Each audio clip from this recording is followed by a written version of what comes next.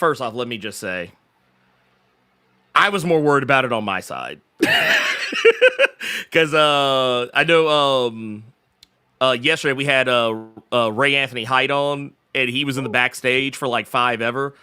But the website I use to do stuff like this, they kind of hoed me out.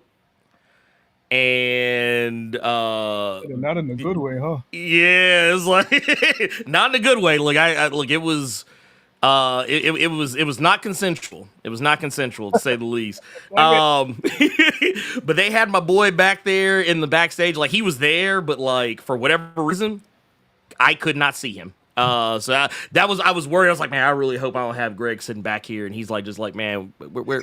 He said, when is this Negro gonna pull me up? Like, I've been sitting here for 2 hours. But no, but no, Greg, how you doing?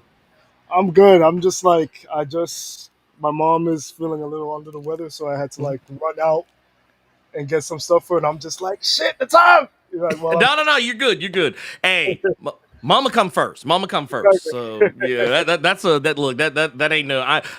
You'll never hear me faulting somebody for taking care of moms. That ain't how we move here.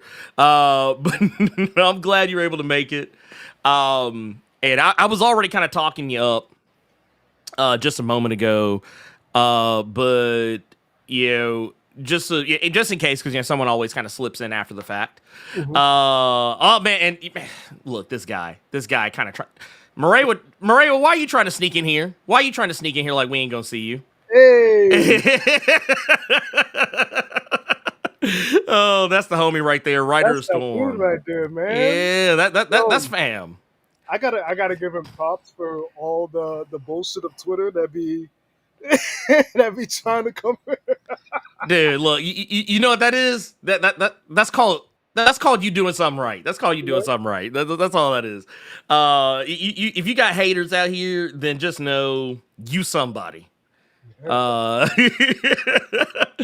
no, man. I was just talking you up. And once again, for those who don't know, we got with us today. We got Greg Anderson, Elysée. Did I say that correctly? Actually, you're closer than most people. Elysée. Elysée. See, Yeah, you know what? but you are way closer than most people. Well, y'all know me. I will fuck up a name in a heartbeat. So, and I got no shame about it. Look, I am Ernie the Name Butcher. So, that is, yeah. You got Gore the God Butcher, and then you got me. I butcher names. But no. Greg is here because, well, for one, let's go and put some respect on your name. Yeah, I was just talking earlier about Is Not Out of the Were Spider, which is a series that, for one, if y'all haven't checked out, y'all should be checking out. And just go ahead and get this out of the way too. There's a link in the description for this live stream where you can go to the website, Webway Comics, pick that up. Yeah, do yourself a favor. Yeah.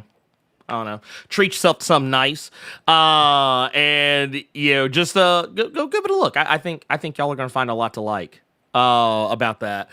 And you've got another book that's on Kickstarter right now, Hammer, which I got to read.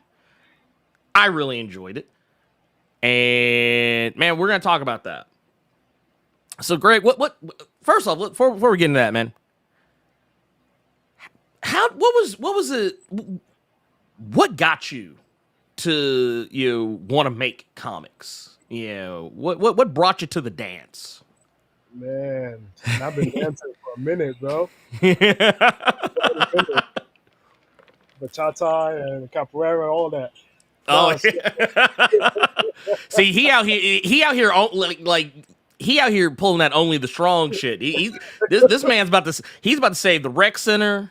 He's about to beat the gangsters up. I can't mess with him. I can't mess with him. You kick me one time and I'm laying down. I'm not getting back up. I mean, I feel like everyone has their particular long origin story. I Hmm. got into comic books when I was in the second grade. Hmm. I first saw a commercial for the Superman action figures, Hmm. and this was like around the time with like the reign of Superman, when they were starting to push Superman coming back with the black costume, and then you had like Steel, Superboy, and all that other stuff. Yeah. And there was a particular animation of Superboy in that commercial where he's like, "Don't mess with the S," and I'm like, "Yo, he seems so cool. Who is this?"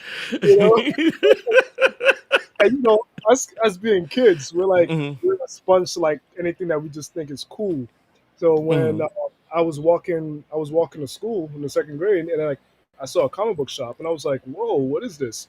And when I came back, the first thing I asked for was, "Do you have any Superboy comics?"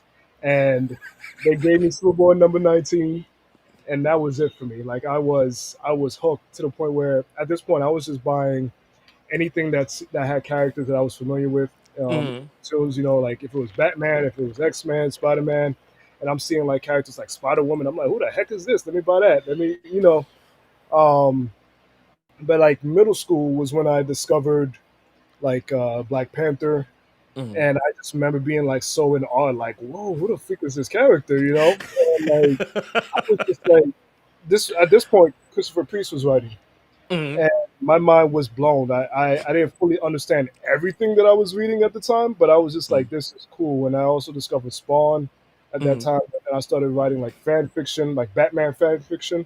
Hmm. And I think it was high school.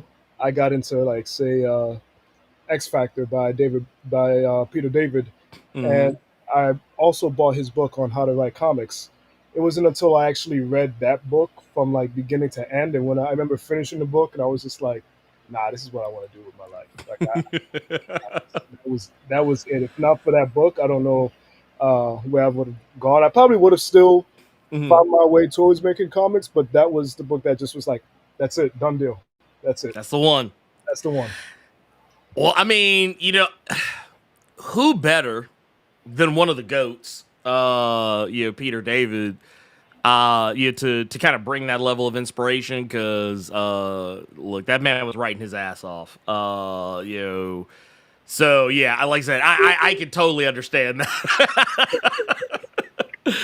Well, like when we're talking about like you getting into the comic scene and you're kind of bringing this.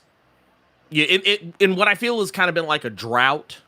When it comes to like black owned and operated comic books. Like now, not so much, but just like when you kind of when you were first hitting the scene, that was kind of like the the norm basically. Like there weren't really a lot of people that were like actively like making comics, directed at like us. Mm. And you kind of brought in, you kind of brought you threw your hat into the ring, and you kind of opened that. More and more people now every day I see are kind of getting into it. So I like I tip my I don't have a hat, but yeah, I tip my invisible hat to I you can see for it. I that. can see it though. I can see it. Yeah, yeah. Uh, See there. See, I knew, I knew we were here. I knew we were here.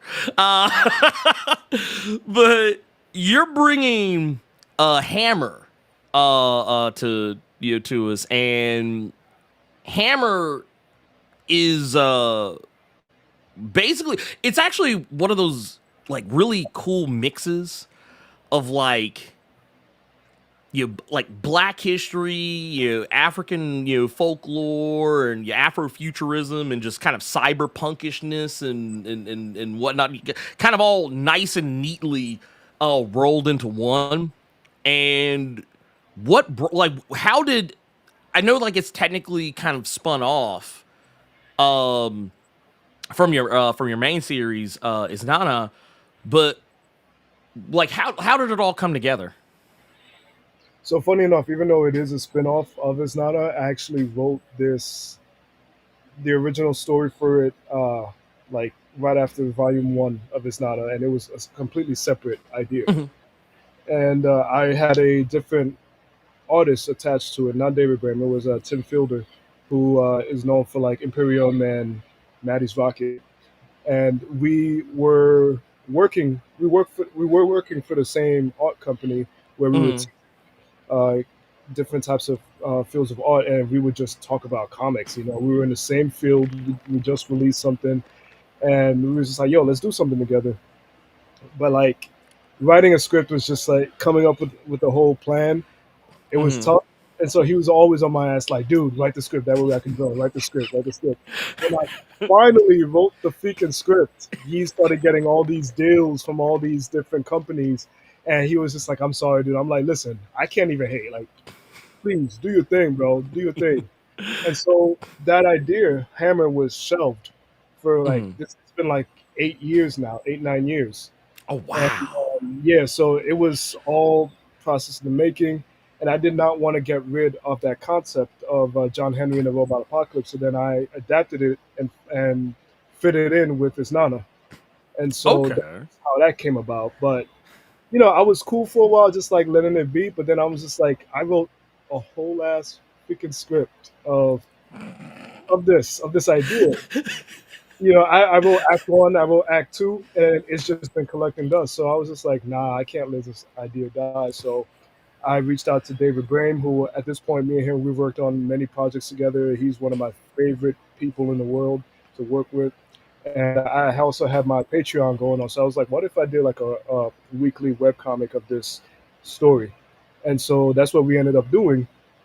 And so Okay. far, people have been really digging it. And now I was just like, yo, let's get this shit printed. Let's. So that's how that general idea came. And yeah, as you said, it is a blend of a whole bunch of stuff.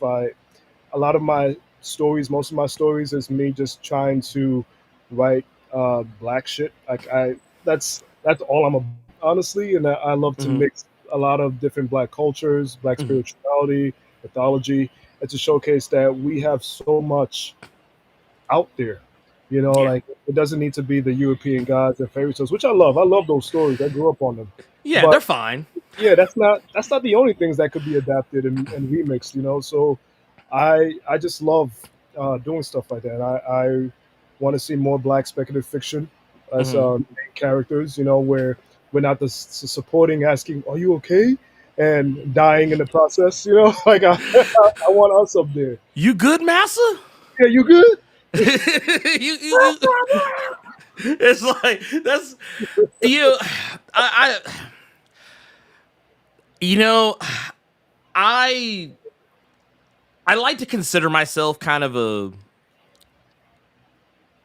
a historian of the game and a student of it. And when I would do videos about obscure black characters, even well-known black characters, one thing I always noticed is when I was like looking, see, okay, what comics has this character been in? Not like unless it's like a really like super duper mega ultra well-known character, like a John Stewart or like a War Machine or something like that. It was always, oh, this character was in this comic, but they weren't doing anything. They were just like in the background. They were just like someone was like, "Hey, we forgot to put some Negroes in this. Hey, get can you get yeah, just draw them in the back. Just draw them in the back. No, nobody cares. Nobody cares. We just need to give the appearance that they are there. Right? We want diversity. That's how we do diversity. Yeah, it just well, this is one thing I can say for what I love about your storytelling techniques is that so like regardless of whatever story I think any of y'all read that Greg has worked on, one of the things that I really saw in Hammer that I really enjoyed is that as you were saying, like it's taking that focus and putting on things that are maybe off that typical white brick road that we usually walk down, Some of y'all might know what I'm talking about. But it also, I actually appreciated that it didn't try to like not like talk down or like try to like I don't know, like be this, like I guess like when it comes to like the dialogue, I actually enjoyed that like a lot of the characters talk like people that I know. Like they talk like people who I could I could go walk outside, like literally, like one of my neighbors. I could just be like, "Hey, what's up?" And like he would probably speak to me in the same way that some of the characters in Hammer talk, and I really dug that. It was and regardless of what type of character it was, I really like that. It when you write stories, they feel authentic to my experience, and I would imagine probably the experiences of other people. They don't feel like caricatures. They don't feel like stereotypes. They feel like people that exist. Which is difficult. I have discovered for a lot of people to do when it comes to writing authentic, black characters. We've seen it for decades. Where characters when they speak, you're like, no, this is not how this works. But like these people don't know black folks. They've seen TV shows with black people on it, and they think that's what that is. But when you're like when you're writing, for your stories, and more specifically for Hammer, like when you're like trying to formulate like dialogue with your characters, whether the good guys, the bad guys, whoever. What are some things that like when like how many passes do you go through when you're like trying to like figure out what's the right tone for how characters interact with one another? So, just like how I said, I love to just represent blackness and a lot of different Mm-hmm. black cultures. It's the same with the different types of people that's Mm-hmm. out there, and especially with, say, for using Isnana as an example, Isnana speaks a very particular way Mm-hmm. compared to all the different characters that he's interacted with. And one of the things that I love is just how diverse our languages are. Mm-hmm. And not even just language, like our English language when it comes to black folks. You have different regions, they have their own slang, they have their own dialect, they have their own this and that, what certain things mean. I'll go Mm-hmm. somewhere and I have to like ask, people that can be like, what the hell, like, what did you just say? Like, what does that mean? And yet, if I say that I think it's normal because I'm in New York, I'm in Brooklyn, we talk a Mm-hmm. particular way, we use particular dialogue, and they're like, bro, what are you talking about? What does that mean? And I'm just like, that's not a thing down here. Like when I'm in the South, I'm like, that's not. They're like, what does it mean?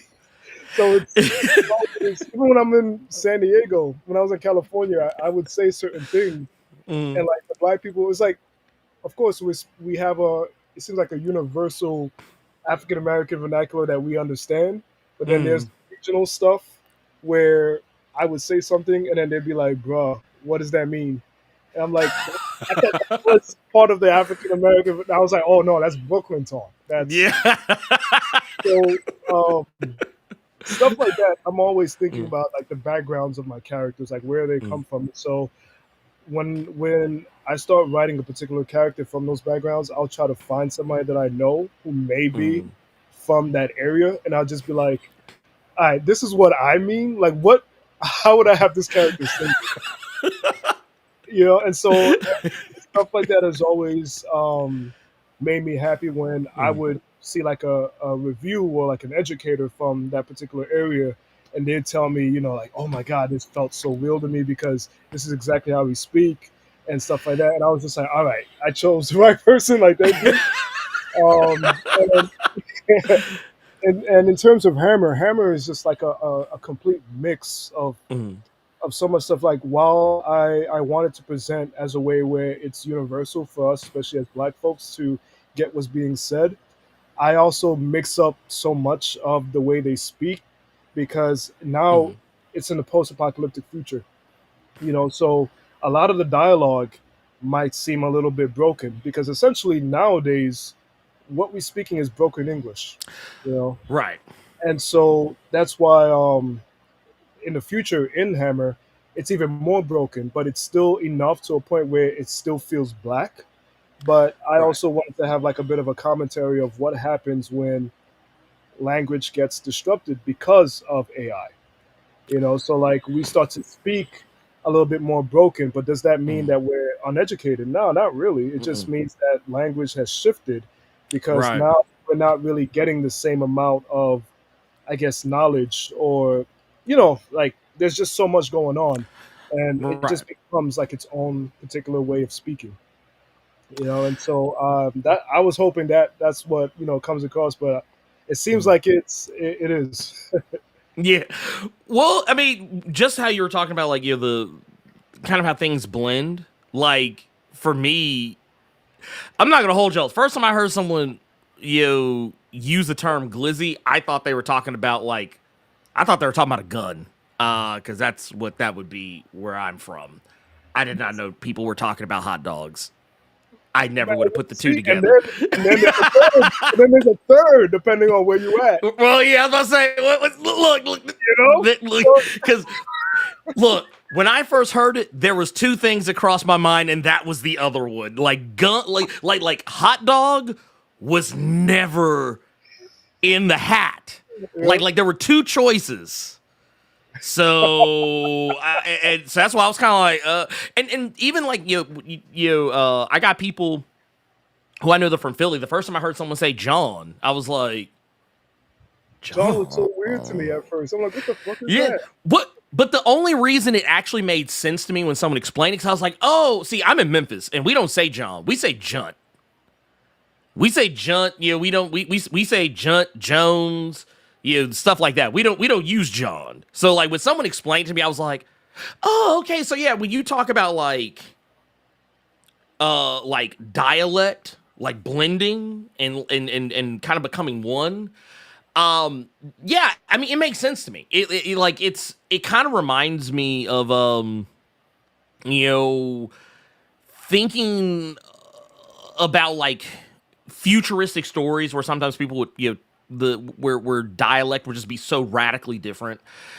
Where you always kind of think about oh god, impulse, where like he would use words like crash, stuff like that. Like it's like nobody That's says so here, but it's fast. like yeah, but that's like he's from the future, so of course they're gonna say some like oh that.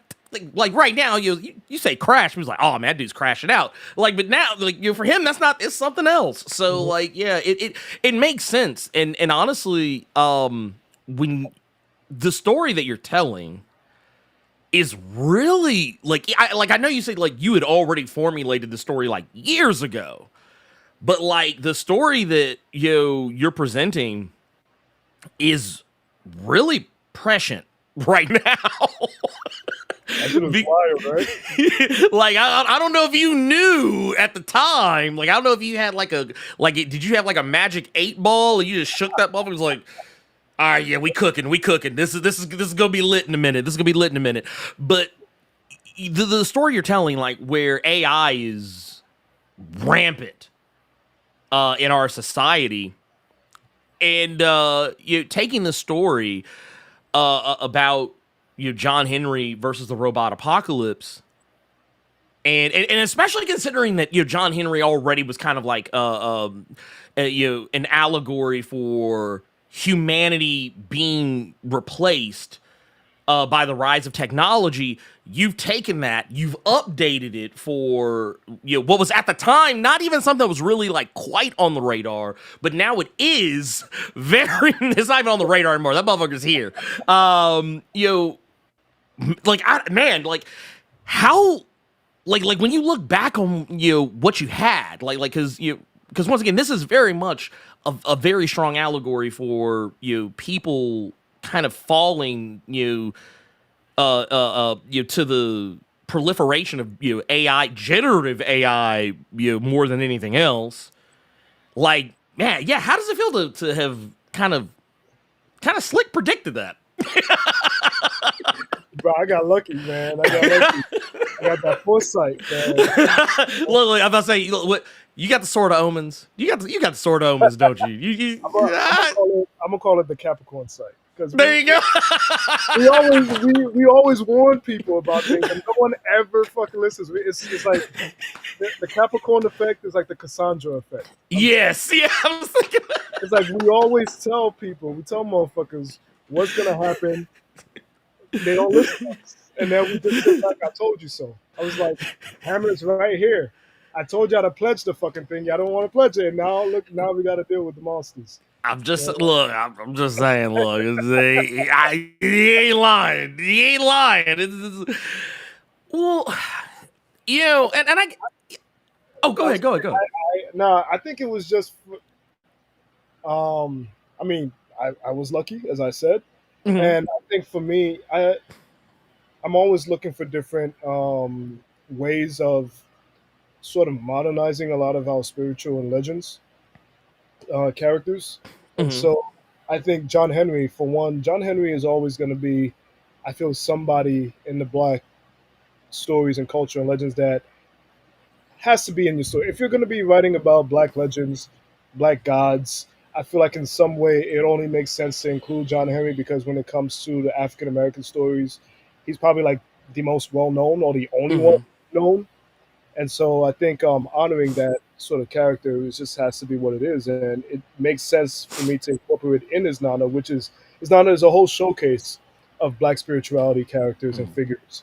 And so I think continuing with like a modern interpretation, I just felt it was a very obvious thing because John Henry, at its core of the story, was about fighting, raging against the machine, raging against technology, and the fact that we're losing labor because of technology, and so I'm trying. No, we gonna get it for him. We gonna get it for him. We getting it. We gonna get it. Y'all. All right, y'all keep playing. But no, see, but carry on. No, but like, I think it only made sense for like, if that was the theme in the first place, it only makes sense that in the future, robots become what they are, and then there's always that fear of AI taking over. We have the cautionary tales like the Terminator and the Matrix, and yet we're still doing the stuff that is warning us about. And there's a whole situation right now with an AI that has actually started even developing itself more, and we're trying to shut it down, and it's literally finding ways not to be shut down. And I'm just like, oh, we've seen these movies. Like, no, Greg, let me stop you. See, you just made it political. You just made it See, there was nothing political about the Terminator. There's nothing political about RoboCop. Y'all are just making this up. I've never seen anything. Nah, I can't even keep that up. But and the fights. Why are you making this political? It's like why is John Henry Black? Right? John Henry really woke trash. Like, no, it's I'm sorry. It's exhausting. It's exhausting dealing with these types of people. It just, yeah, nah. I refuse to. I don't even like to acknowledge them sometimes, but there are people out there who are willfully ignorant. That's how I know, like, if me as a little kid could watch RoboCop and kind of get the understanding of it and realize, hey, all this stuff, bad. Corporations being in charge, bad. Terminator, AI will bite you in the ass, bad, But something you said about the artificial intelligence in this, one of the I guess one of the main core antagonists of this, Lord Bolt, is kind of indicative of what we have as artificial intelligence, because the thing that I think people don't get about AI is that AI can only really do what we give it. So like when seeing Lord Bolt interact with like his children, his wife, and the rest of the people he surrounds himself with, I actually thought it was pretty interesting how like he does kind of talk as though he's like there are certain aspects of his speech, his mannerisms, how he carries himself, that you can tell that like in some ways he's at the very least taking something from from the culture that has surrounded him, but is in a lot of ways kind of colonized it. Mm-hmm. And I really liked the yeah, and like I said, it was one of those things like, because I know me, when I reach it, I sometimes look a little too hard at some stuff, but like that was just where I kind of came at it from. But yeah, I liked that. Yeah, everything that you kind of throwing into this is it really speaks to where we're at right now. And it's scary because I don't want to live in a wasteland. But but like when you were when y'all were putting this together, and once again, I also want to say too, this is a very beautiful, this is a very beautiful book. When I was reading through, yeah, and shout out to David, on this, because yeah, like is that like I love when I read a comic, because I'm an artist myself. I kind of just like to look at how people like put things together. While I loved all the stuff that was going on in the foreground, I was actually kind of marveling at some of the backgrounds, because like some of it was just all like wild and wacky, and there's all these kind of like this crazy scenery that was going on.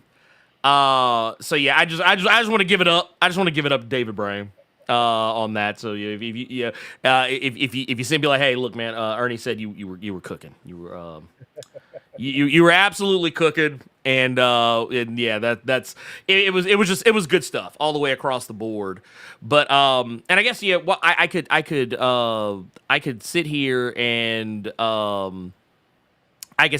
maybe like describe to y'all what it is, but I could technically just show y'all what I'm talking about, because I have that ability. I can do these things. I'm gonna show y'all just a couple of things here from this, just because, like I said, I loved it. I thought it was really fucking cool. That's just me. I don't know. Y'all might think differently than me. I don't know. But here, let's give this the here. I wanna. There we go. Yeah, like I just kind of want y'all to see like my man's was out here. My man's was out here cooking. And it's a thing of beauty. Like I said, I love it. I love the panel layout. I love like just all of it. It is just so good. It is just so good. It's very much like I can't think of any other way to describe it other than for my manga heads out there, how just everything just kind of flows in this way that it just like your eyes are like magnetized. Your eyes are magnetized to each panel, and you just automatically, your eyes just darting. You're like it's like you got that that Sharingan Renegon combo. Your eyes are just everywhere. And I loved it. I absolutely positively loved it. It was like I said, it was fantastic. The way y'all put this together. And just yeah, the vibes off John Henry. There's some really cool stuff that happens with John in this, and also, man, the design on Lord Bolt, I also thought was really good too. It was like here, I just want to just kind of pull this. I'm gonna pull this up here just to so y'all can see here. Let's do it like that. There we go. Like I said, just amazing. I love it. And I'm always fascinated by people when they draw like mechanical characters, because I'm not good at it. But David clearly is, and the line work just, man, it's beautiful. It like I said, this is the type, like I always tell people, like the comics I love to read is the type of stuff that like, I'm just like, man, I love. Yeah, y'all cooked. Y'all cooked on this one. So I'm here. Y'all don't need to just see me. But I'm 100% here for it. And yeah, the fact that you had this just sitting in your back pocket. I'm not gonna lie. I'm kind of mad at you. I'm like, man, you was holding this like the ace of spades, huh? Right? Exactly, man. Like the jokers and all the things. Right? Like it's like you had the big and the little joker. Like, what's going on here, man? That's not fair. It's not fair. What was it like? It's like you already had declared you had already declared you had at least 10 books, and I'm not happy about this. Like, he's like, man, this man really was sitting here like he was holding this shit this whole time, man. Damn. My fault, man. My fault. I had to do it.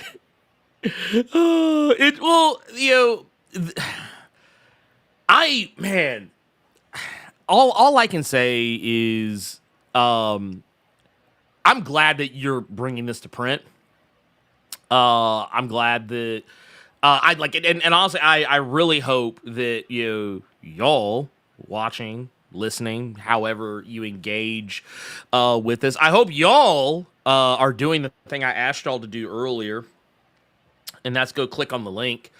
Y'all have no excuse. I put it in multiple places, so there is no place you can go where you ain't gonna see it. It is in the description. It is at the top of the chat. And you guys should go click on that because I asked you to. And it's a good story, and it's a good book. I read it. I would know. But one thing I did want to say to just to man, you got some you got some yeah, you listen, my man's Romeo does also, my man's facial hair is on point. Look, just out here. I ain't mad at you. Well, the trade up said John Bull drawn. Hey, look, let me tell y'all something. If y'all ever go to for people who have never been to Philly, it's like a whole other like planet. It's like it's like a separate Philly is as different from anywhere else as I have ever been ever in life, and I love it more for it. I love Philly, man. Every time I'm there, I have a great time. I love Philly.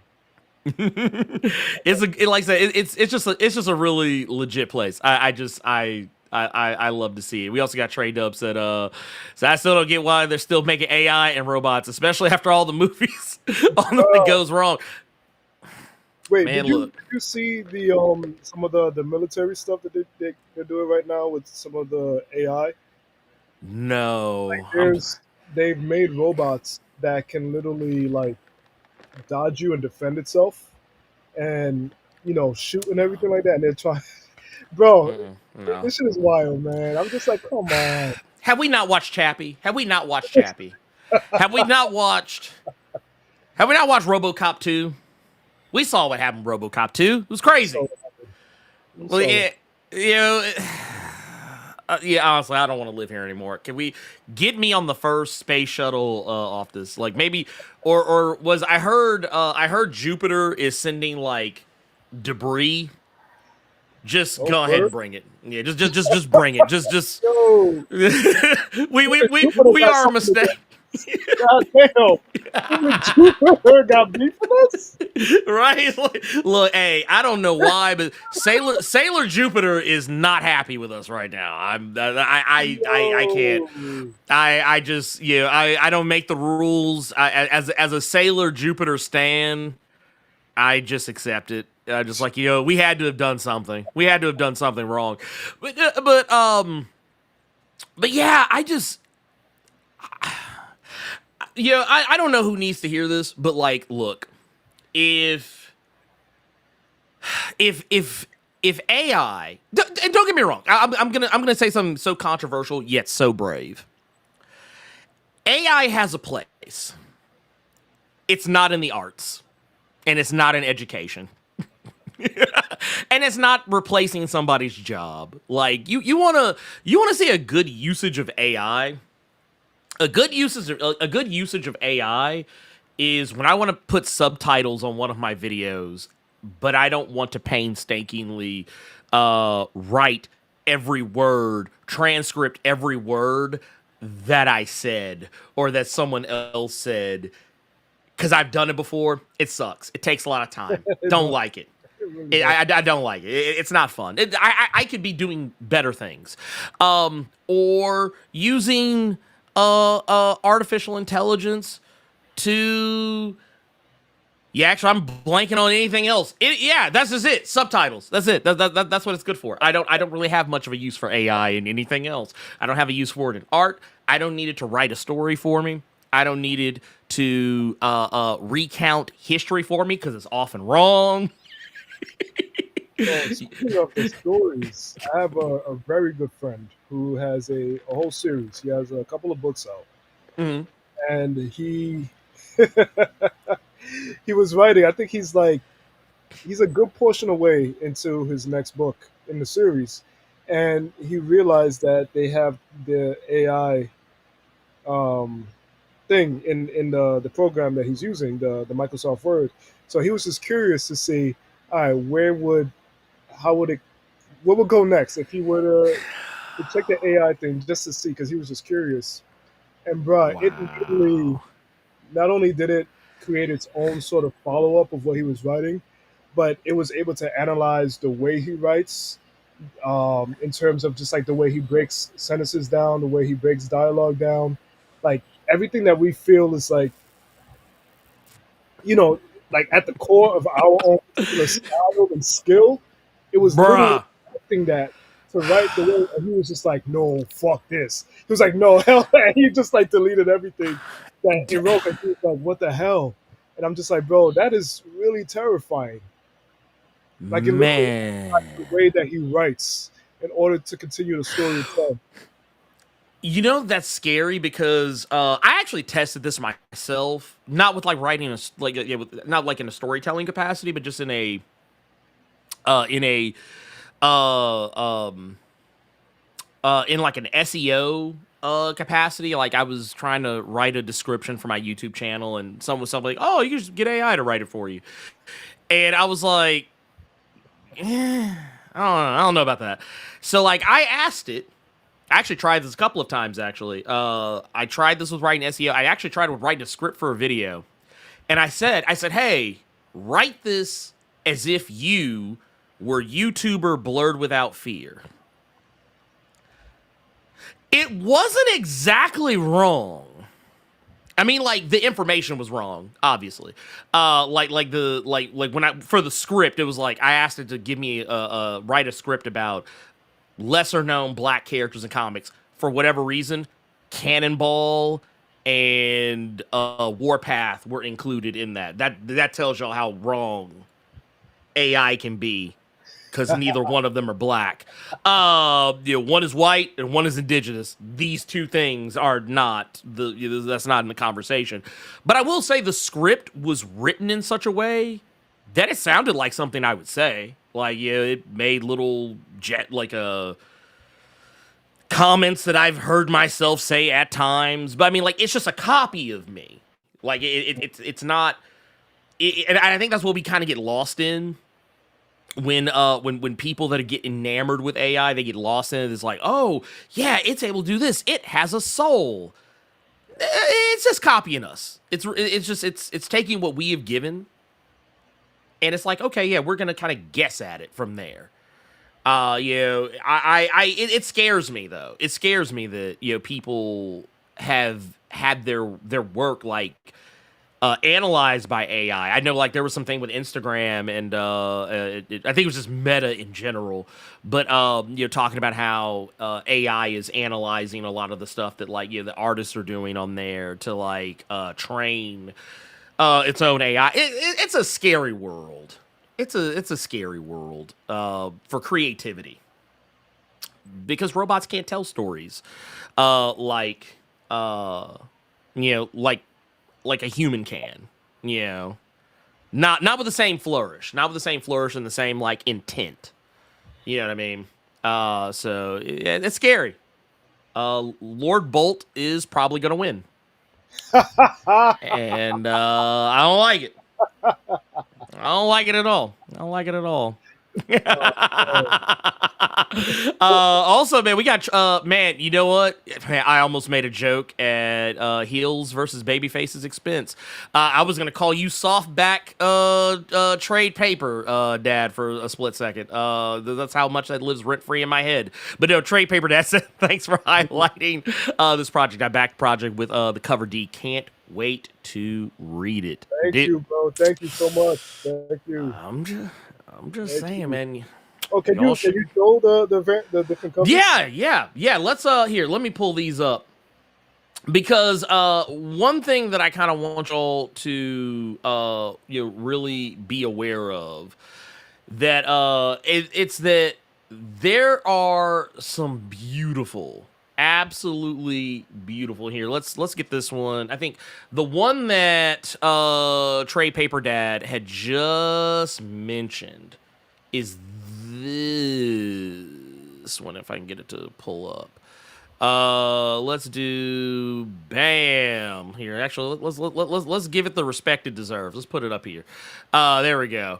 That's the this is cover D. This is Walter Osley on this one. Which, by the way, this one is absolutely just gore. I actually love that the it's giving me it's giving me Mad Max Fury Road vibes. Yes. I absolutely love this. It is like this is where it's at. Like I'm not gonna hold you. There's one other cover that I'm really kind of enamored with. I want to pull this one up just real quick. Let's do it like this. There we go. Yeah, this one right here. This is in here. We'll just kind of bam. Look at that. Look, this is. I'm not gonna hold you. This is money. This is money right here. This matter of fact. This is. So this. Oh man. This is cover B. This is cover B. This is Massimiliano. Massimiliano. Veltri. Yeah. On this. I'm not gonna hold you, man. Like all these covers are good. Don't get me wrong. Don't get me wrong. All these covers are good. This could have easily been. This could have easily, like, really all of them could be the A cover. All these covers could be the A cover if I'm keeping it a buck. But I'm not gonna hold you. Cover B, I think, might be my favorite. I think this. I think this is my favorite of the bunch. I think this is easily my favorite of the bunch. But like the thing is, you can't really sleep on any of the other ones. You can't really sleep on any of the other ones though, because I think this is the like, so just to kind of get y'all up to speed on this right here is the A cover right here, and this is the one that that David Brame did, and it is, like I said, this is money too. Like this is money. Like this is like bruh. Like I'm like, bruh, I love to see it. I absolutely positively love to see it. Like come on, man. Come on. Are y'all not entertained? Are y'all not entertained? I don't know what else to tell you. And then like there's also now this is another one. And I think, man, this is also kind of another one that, like, it's kind of eaten. It's kind of eaten. I'm not gonna bullshit y'all. This is here. Let me put it up. Bam! Look at that right there. Look at that. That's the C cover right there. That's Antonello Constantino. Oh, yeah. And yeah, like I said, man, I just love it, man. Got the hand. Also, man, look, I also appreciate this man's like, man, I'm out here. I'm out here. Look, I ain't mad. Look, I ain't mad. I ain't mad. I ain't mad at him. I'm not mad at him. Look. He is handling his business. I'm not mad at him. Like, I respect it. I respect the game. Got it flaunted, man. You got it flaunted. Man, look, okay, that was another thing. I was like, man, look, if I don't care if it's the future. I don't care if it's the past. I don't care if it's the present. I don't care if it's a wasteland, a dystopia, some futuristic utopia, whatever. I ain't fighting no man that's walking around butt-ass naked with a hammer. That is a man who is not to be trifled with. Which hammer are you talking about? Any of them. Look, either or. I'm like, look, man, okay, I know me. I can't fight no man like that because it ain't because I'm like, oh, it might touch me. No, it's because I know this man don't care. He don't care. This is a person who has bodies. This is someone who has buried some folks. This person who's buried some folks. This person who they do not care about their well-being, which means they care even less about mine. This is someone who will very likely put me in the dirt. Like I said, that's a bad motherfucker any day of the week. So yeah, there are some moments. There are some moments that come up in Act 1 of Hammer, and I was like, man, y'all better than me. Because I'd have saw what he did to the one cat, and I'd have left. I'd have been like, look, Lord Bolt would just had to kill me. So, yeah, look, Lord Bolt would just have to end me, because I'm like, nah, y'all ain't about to have me out here getting beat down by the naked man with the hammer. Like, nah, I don't want that on my tombstone. I don't want people to remember me that way. Be like, man, what happened to him? Man, he was getting his ass beat. I don't know, man. I don't know who the dude was, but it was some naked dude. And essentially that's what happens, right? When yeah, they go back to the bar, we're like, bro. I'm like, I ain't trying to look. I'm just saying, man, look, it's some dangerous people out there in the world. And look, that's one of them. Look, that's a like honestly, any and everyone who fights him, they deserve to die. They deserve to die because they should have known better.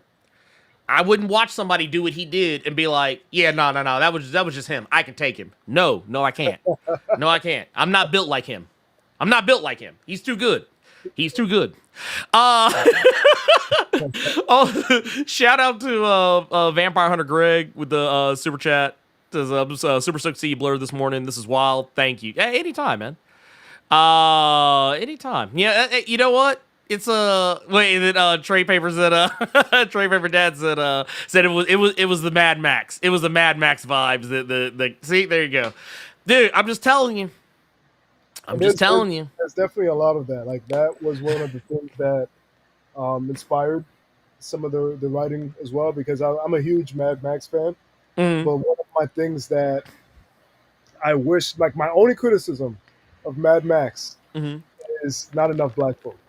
Like we have Tina Turner, we had Zoe Kravitz, and that I can't remember anyone else in any of the series. Like I can't remember anyone. But one of my things there really ain't no Negroes in the wasteland, huh? Right, and that don't make sense. But we just ain't out here, huh? I wanted to make a different story where we're in like a Mad Max Doom type of setting, and we are like of the majority, like and yeah, the people of color. You know, there's some white folks in the story, but they get the same sort of. No, they're just DEI. Yeah, they're the DEI of the story, right? Yeah. No, that's look. That's my mission statement, y'all. I don't know if y'all know this, but like my mission statement is in black comics, white people should be the DEI. There you go. You just there for background. No, we got a. Yeah, we got a white character. We're making it political now, man. What they do? I don't know. They said they asked if you're okay. Yeah, right. they, Yeah, okay. they came in to give you some advice about your problems and then leave, never to be seen or heard from again. What's funny was no. The funny thing because I'm always rereading the thing just based off of like what pages I want to showcase, and I didn't realize unintentionally I had the white character ask one of the black characters if they were okay while they were helping. And I was just like, yo, You good? that wasn't even on purpose, but I mean, it is. No, man. No. That's how we do. That's how we move now. That's how we move now. I don't look, I just you know what? I think you know what we need to get the entirety of the black creative delegation together and we need to stand firm on that. Be like, all right, this is like because that's how these movements. I don't know if y'all know this, but this is how these movements do. All this Comics Gate and all these other people, they communicate with each other. That's why they all say the same shit. They all say the same shit. That's because they move in lockstep. So we need to be doing the same. We need to be like, all right, look, when you make your book, you don't 2 lines. That's all they get. They can't have no more. They can't have no more than 2 lines. And if it's two of them, 1 line apiece. That's it. That's all we do. That's all we do now. We have to do this. I'm just saying. We'll put it to a vote. We'll put it to a vote next week at the next delegation meeting. Y'all won't know anything about it. Yo, you wild, bro. I'm just saying. Hey, look. I just say shit. I just be talking.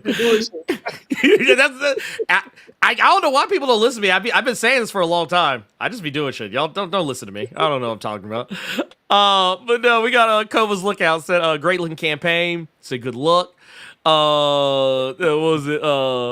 Antoine Films said let's see here. Yes, that's right. Background and magical advice. Look, I'm just magical Negroes, y'all. Magical Caucasians. Yeah, look. I'm glad you said it first because I almost said something else. It would have got me demonetized. It's okay. I can say it. My wife's white, so she says it all the time too. It's their word. They can say it. But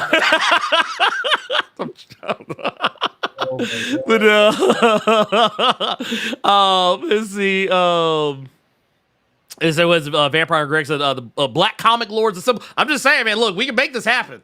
Look. Don't make me go make some phone calls.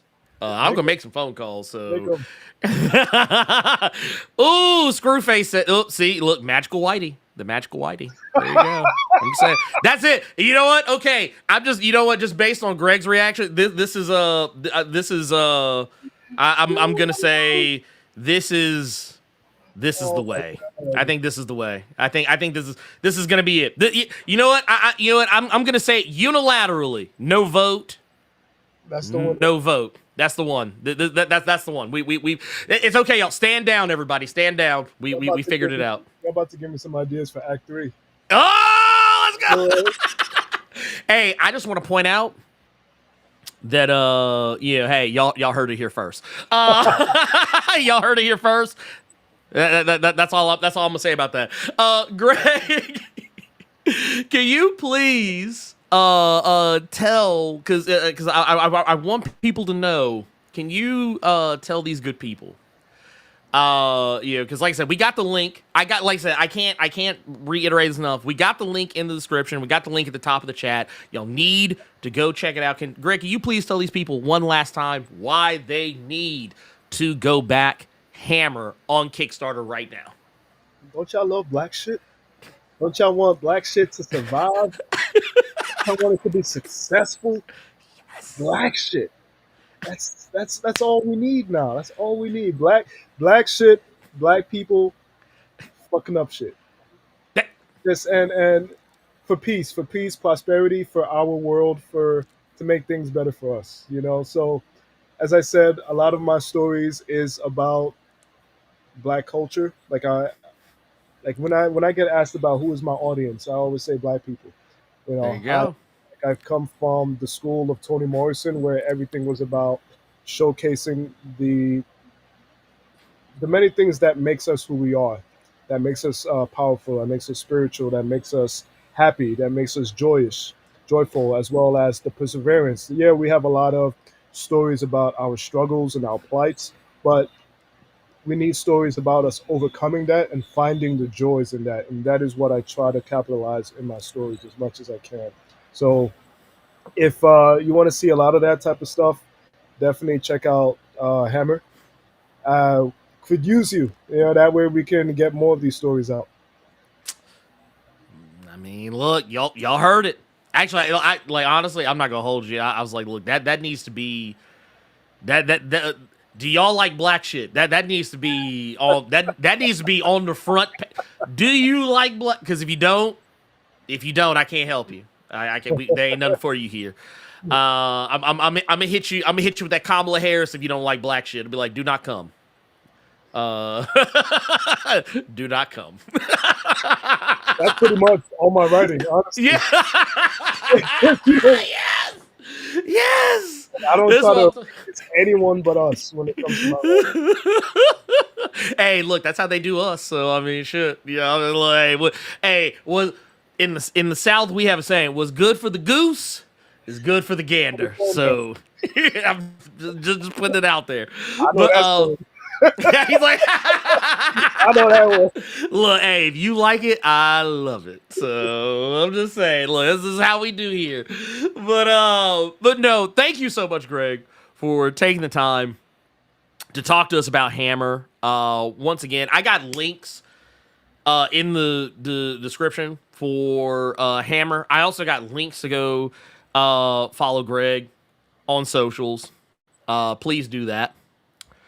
Website where you can go buy more comics. Go pick up more awesome stuff that Greg has put out. And well, I know the Kickstarter is one thing. Is there anything else you want to plug while you're here?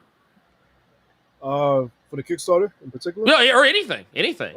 I mean, there's always, if you're ever interested in reading my main series, it's Not of the Were Spider. I know, um, it was already spoken about going to webwaycomics.com. Um, Mm-hmm. that has a lot of my series from volume 1, 2, as well as the one shots, and you could also get it digitally if you don't want to get the prints. And it's about Isnana being the son of Anansi the spider, Mm-hmm. incorporating mythologies from all over. This is showcase once again the different cultural stories that we have, and that we can make a lot of really cool stories with those. And it's a coming of age story, father and son trying not to drive each other crazy, and you could always use more nonsense spider stories, in my opinion. I'm just saying. I mean, hey, even Doctor Who had to pluck from the tree of Anansi recently. So yeah, look, just put the respect on it. I'm just saying, just put the respect on it. Yeah, look, Anansi's always good. That's just the rule. But no. I even got a Nancy tattoo. You see? Oh, look, see, look. Just in case y'all didn't know, it's Man Series. Like black shit, y'all. Okay, like black shit. That is the new house mantra. Black shit. Like it. Anyway. Thank y'all everybody for coming in and checking this out. Go click the links, and I will see you guys Thursday. So until then, y'all keep it plus ultra, and we out.